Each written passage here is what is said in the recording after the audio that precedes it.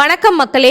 நம்முடைய முன்னோர்கள் ஏன் நமக்கு இத்தனை விரதங்களை கொடுத்துவிட்டு சென்றிருக்கின்றார்கள் என்று கேட்பவர் உண்டு.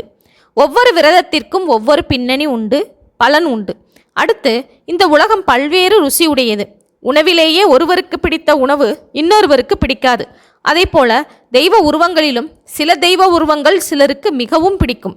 அதேதான் விரதத்திலும் அவரவர்கள் விருப்பத்திற்கு தகுந்தபடியும் பழக்கத்திற்கு தகுந்தபடியும் குடும்ப வழக்கத்திற்கு தகுந்தபடியும் விரதங்கள் இருக்கின்றார்கள்.